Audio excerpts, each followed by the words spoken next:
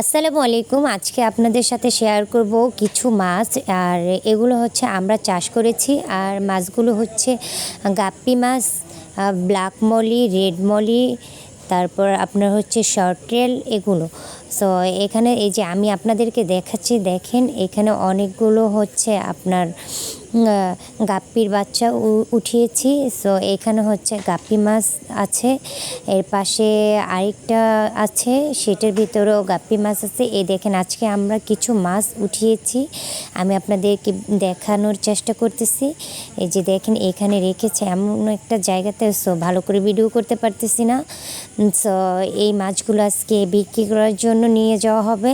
এর পাশে একটা পাত্র আছে, আর এই পাত্রটার ভিতরে আছে হচ্ছে রেড মলি, ব্ল্যাক মলি, তারপর হচ্ছে আপনার জেব্রা ফিশ অনেকগুলো বাচ্চা দিয়েছে। এখানে প্রত্যেকটা মাছ আলাদা আলাদা করে রাখা আছে, আবার কিছু মাছ মিক্সিনও আছে। যাই হোক, মিক্স গাপ্পিগুলো আলাদা করা আছে, আর জোড়া জোড়া করেও দেওয়া আছে। প্রত্যেকটা মাছ আলাদা করেই রাখা আছে প্রত্যেকটা ড্রামের ভিতরে। এই যে দেখেন এখানে অনেকগুলো মাছের পাত্র আছে, আর প্রত্যেকটা পাত্রে আলাদা আলাদা করে মাছ রাখা আছে। যাই হোক, আজকে এই মাছগুলো ধরার একটাই কারণ ছিল, সেটা হচ্ছে এগুলো আজকে বিক্রি করার জন্য নিয়ে যাওয়া হবে, আর তার জন্য এগুলোকে ওঠানো হয়েছে।